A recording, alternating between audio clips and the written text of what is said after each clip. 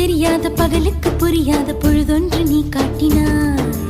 இதயத்தில் நீ இருப்பதனால் நான் தூங்கும் நேரத்தில் என்னுள்ளே தூங்காமல் நெஞ்சுக்குள் வாயாடினாய். கண்ணாடி நீ கடிகாரம் நான் உன்னுள்ளே ஓடோடி வாழ்வே. காதல் எனும் கடுதாசி நீ என்றென்றும்